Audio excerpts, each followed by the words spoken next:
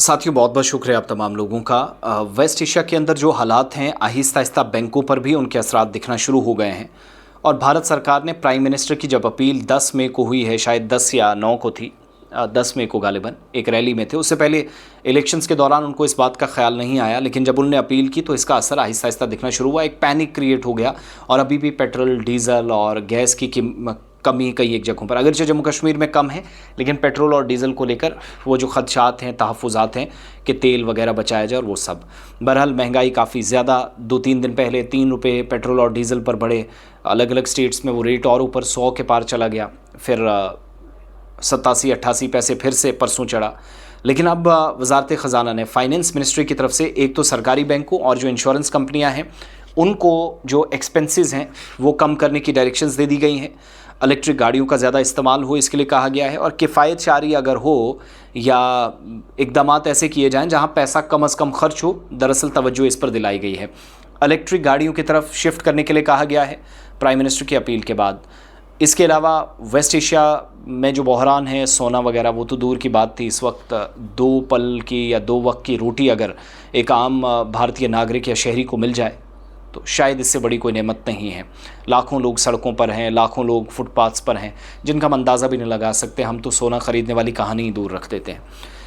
अब हुआ यह है कि वज़ारत ख़ज़ाना ने जो महकमा बराए मालियाती ख़िदमात हैं, फ़ाइनेंशियल सर्विसेज वाला महकमा जो है, डिपार्टमेंट ऑफ फाइनेंशियल सर्विस या DFS जिसको आप कहते हैं, उसका एक सर्कुलर मेरे हाथ में जो पिछले फ्राइडे को आया था।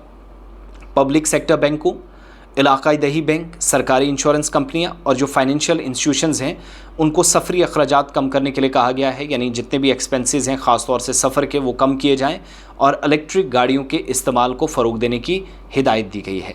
साथ साथ सर्कुलर के मुताबिक किफ़ायती इक़दामात फ़ौरी तौर पर नाफिज होंगे। तमाम जो मीटिंग्स हैं, जायज़ा इजलास हैं, रिव्यू मीटिंग्स हैं, उनको भी और मुशावरती अमल जो है वो वीडियो कॉन्फ्रेंसिंग तक ही महदूद रखें।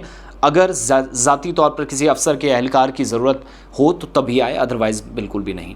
इसके अलावा बैंक्स और जो मालियाती इदारे हैं, इनके chairman, MDs, managing director, chief executive officers और बाकी जो आला अफसरान हैं, उनको भी गैर मुल्की दौरों को की जो मुकर्ररा हद है, अगर किसी का दौरा 15 दिन है, 10 दिन है, 6 दिन है, कम करने के लिए कहा गया है। और इंटरनेशनल मीटिंग्स में भी वीडियो कॉन्फ्रेंसिंग के ज़रिए अटेंड करने पर जोर दिया गया है।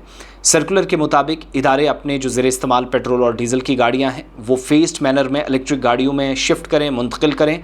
जहाँ मुमकिन हो नई गाड़ियों की सर्विसेज हासिल की जाए, EVs की। तो वेस्ट एशिया में जो बहरान है उस तनाजुर में ये सब कहा जा रहा है। ख़रीदारी सोने की कम हो, गैर मुल्की सफ़र कम हो। गैर मुल्की सफ़र किसने करना उतना ज़्यादा। हाँ, ये बात ज़रूर है कि जम्मू कश्मीर के अंदर भी काफ़ी ज़्यादा और एहतियात की ज़रूरत है। बाकी कहानी ये है कि मुझे, आपको, किसी और को लंबी कतारों में लास्ट पे खड़े ना होना पड़े, बुनियादी तौर पर जो मकसद है। तो कोशिश करें पहले से। ये मंत्री, मिनिस्टर्स, ये सब चलते रहेंगे, लेकिन आपका और मेरा, हमें अपना सोचना है।